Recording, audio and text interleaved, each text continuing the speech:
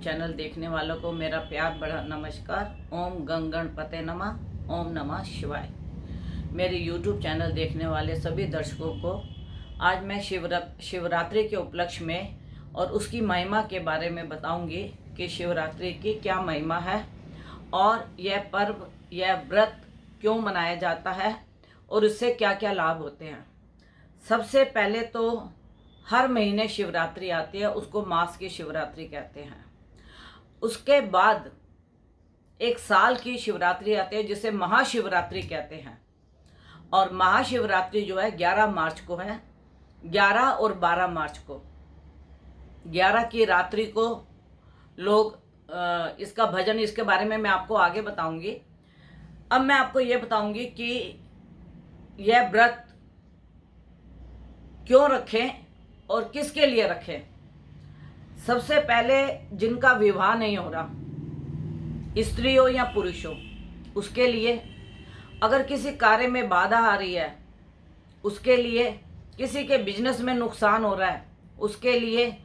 किसी के बच्चे की विद्या में अच्छे नंबर नहीं आ रहे, मेहनत यादी करता है, नंबर कम आते हैं और उतना ही उसको रिजल्ट नहीं मिलता, या बड़े बड़े एग्ज़ाम्स में बैठते हैं, उसमें वह सेलेक्ट नहीं हो पाते, पहले राउंड में या दूसरे राउंड में निकल के तीसरे राउंड में वो अटक जाते हैं। इसी प्रकार से जिनके घर में बीमारी हो या जिनके 2, 4, 5 साल से जैसे औलाद नहीं होती, वह औलाद की कामना करते हैं। जिनकी विदेश यात्राएं रुकी हुई हैं, विदेश पढ़ने के लिए जाना चाहते हैं लेकिन कोरोना के कारण वो जा नहीं पा रहे, कुछ ऐसी उलझनें उनके आ रही हैं, तो उन सब के लिए मैं बोलूँगी कि आप अपने मन में संकल्प करके शिव जी का व्रत रखें।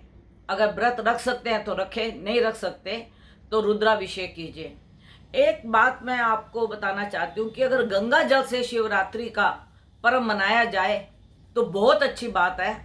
और जो ये दूध है, यह किसी गरीब पेट से जो स्त्री हो, कोई रोगी स्त्री हो या पुरुष हो या छोटी कन्या हो, इनको अगर आप वो दूध पिला दें तो मैं इसका बहुत धन्यवाद करूंगी। क्योंकि शिव जी को तो गंगा जल से भी और तेल का भी इसके अंदर होता है रुद्राभिषेक। जिसका शनि खराब हो वह तेल से करता है रुद्राभिषेक, गन्ने से होता है, पंच अमृत से होता है। मतलब पंच अमृत अगर आप करेंगे तो उसमें दूध आ ही जाएगा, चाहे 1 चमचा है या 2 चमचा है। बाकी दूध जो आप है वह किसी गरीब बच्चे को या किसी को पिला दें जो ज़रूरतमंद हो, तो मैं उसके लिए आपका बहुत बहुत धन्यवाद करूंगी। और फल भी आप दान में करें। जैसे आपने व्रत रखा है और गरीब इंसान है, वह फल नहीं खरीद के खा सकता, तो यह व्रत, वैसे तो हमें हमेशा ही दान पुण्य करते रहना चाहिए, लेकिन ये शिवरात्रि के ऊपर अगर हम करते हैं तो इसका बहुत ज़्यादा लाभ मिलता है। और इसकी पूजा के लिए हमें शिव सहस्त्र का पाठ करना चाहिए, शिव चालीसा पढ़ना चाहिए और शिव कथा पढ़नी चाहिए, शिव के भजन सुनने और गाने चाहिए, खुद गुनगुनाने चाहिए और ओम नमः शिवाय का पाठ करना चाहिए। और जो आपके गुरु ने, जो सिद्ध पुरुष होते हैं, जो पीर फकीर होते हैं, जिन्होंने अपने शिष्यों को मंत्र दिया होता है, वो अगर इस मंत्र का जाप करें तो बहुत अच्छा है। और रुद्राक्ष की माला पे अगर आप पाठ करें तो बहुत अच्छा है। तो शिव जी को रुद्राक्ष बहुत पसंद थे।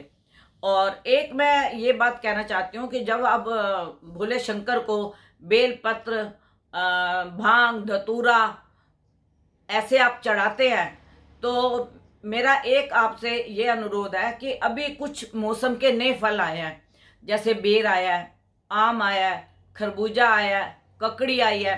अगर आपने ये नहीं खाई है तो मैं ये कहूँगी कि पहले अपने इष्ट को इसका भोग लगाएं, शिवलिंग पे चढ़ाएं, उसके बाद आप खा सकते हैं।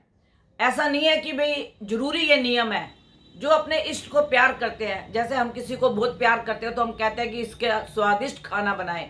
अगर आपने इस तरीके का फल नहीं खाया है जो अभी अभी मौसम के चले हैं, तो आप वो शिव जी को चढ़ाएं। लोग तो खीरा भी चढ़ाते हैं, आलू भी चढ़ाते हैं, टमाटर भी चढ़ाते हैं, शिव जी को सब पसंद है।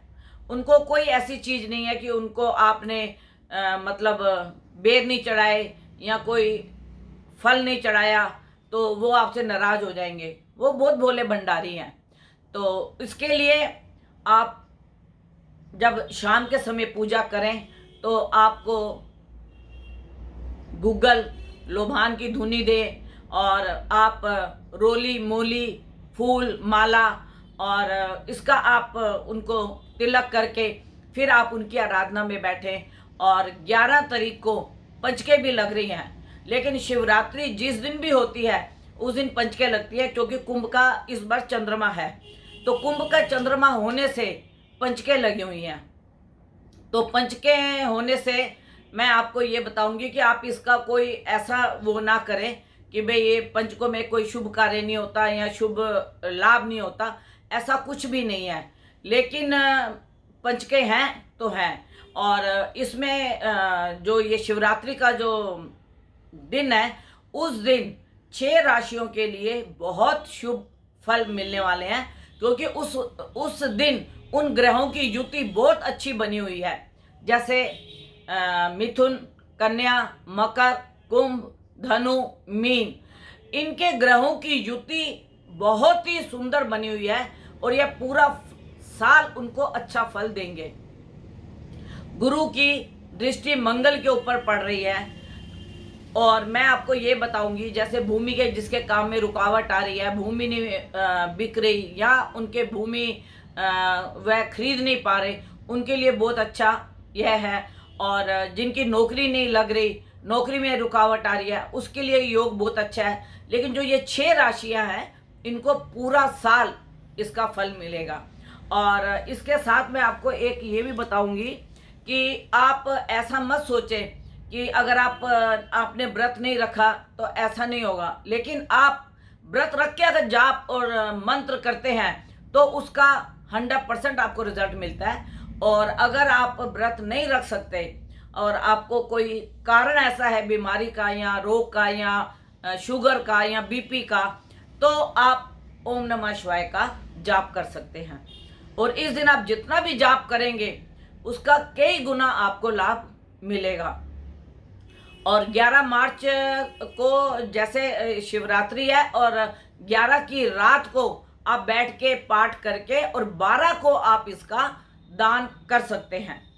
और 11 को भी दान कर सकते हैं, 12 को भी दान कर सकते हैं। गौ माता की सेवा कर सकते हैं, गौ माता को आप फल खिला सकते हैं। और इस प्रकार अगर आप ये दान पुण्य और ऐसे छोटे मोटे कार्य करेंगे शिवरात्रि के दिन तो भोले भंडारी बहुत खुश होंगे। और मैं आपको बोलूँगी शिव चालीसा, शिव सहस्त्र का पाठ, ओम नमः शिवाय का पाठ, यह आप पाठ करें। और इससे जो मैंने आपको ये भी बताया कि जिन जिन के जो जो कार्य नहीं बन रहे हैं उनके कार्य भी बनेंगे। जिन जिन के मैंने जो कार्य बताए हैं, अगर वो व्रत नहीं रख सकते तो मैं आप बोलूँगी कि वो दान पुण्य कर लें, शिव के नाम से शिव के दर्शन ही कर लें, शिवलिंग के दर्शन ही कर लें, वही बहुत बड़ी बात है। और जो लोग कोरोना के करके मंदिर में नहीं जा सकते हैं तो मैं कहूँगी कि वो अपने घर में ही शिवलिंग की पूजा करें। और अगर आपके पास शिवलिंग नहीं है तो एक चिकनी मिट्टी का शिवलिंग बना के उसी के ऊपर आप बेलपत्र रख के या कोई फल रख के, फूल रख के आप शिव जी को गंगा जल से भी आप रुद्राभिषेक कर सकते हैं। और जितनी देर आप रुद्राभिषेक करें और शिव जी का मंत्र का जाप करते रहें। और एक मैं आपको यह बताना चाहती हूँ कि 11 की रात को और दिन के समय जो हम रुद्राभिषेक अपने घर में करेंगे या मैं जो मंत्र करूँगी और उसको मैं YouTube पे डालूँगी और मंत्र सहित वो हमारा रुद्राभिषेक होगा। और जो उस रुद्राभिषेक को देखेगा और जितने भी उनके कार्य नहीं बन रहे हैं जो मैंने आपको बताए हैं और ईश्वर ने चाहा तो भोले भंडारी उनके बहुत जल्दी कार्य को सफल करेंगे। जो हम रुद्राभिषेक करेंगे उसको मैं 13 तारीख को YouTube पे डालूंगी और उसको आप आने वाली 1 महीने की जो अगले मास की अप्रैल की शिवरात्रि होगी, महाशिवरात्रि जिसे कहते हैं, तब तक आप उसके दर्शन कीजिए। और तो देखिए आपको फल अवश्य मिलेगा। लेकिन आप ये मत सोचिए कि गुरु माँ ने कह दिया और आपको फल मिलेगा। श्रद्धा और विश्वास सबसे बड़ी चीज है। चाहे कोई संत हो, पीर हो, फकीर हो, उसका यही आशीर्वाद होता है कि श्रद्धा से जो आप काम करेंगे तो आपको उसका फल अवश्य मिलेगा। और जो मैंने आपको 6 राशियां बताई हैं, उसके लिए आप अपने आचार्य को बात कर सकते हैं, अपनी कुंडली दिखा सकते हैं कि आपके ग्रह किस स्थिति में बैठे हुए हैं और किस गोचर में बैठे हुए हैं, और उससे आपको क्या क्या लाभ होने वाला है। जो मिथुन, कन्या, मकर, कुंभ, धनु और मीन राशि, इसके जो योग बने हुए हैं वह अपने आचार्य को दिखा के आप उसका लाभ ले सकते हैं। और कोई अगर मेरे से कांटेक्ट करना चाहता है तो 9810930691 और 9999 4 बार 99338366 ये मेरा कांटेक्ट नंबर है। मैं 11 बजे से 4 बजे तक कुंडली का अवलोकन करती हूँ और मैं यही चाहती हूँ कि मेरा भोला भंडारी आपको और आपके परिवार को सदा खुश रखे और आपका घर खुशियों से भरा रहे और शिव आपकी हमेशा रक्षा करे और आपके सारे बिगड़े काम बनाए। मेरी यही मनोकामना आपके साथ है। धन्यवाद।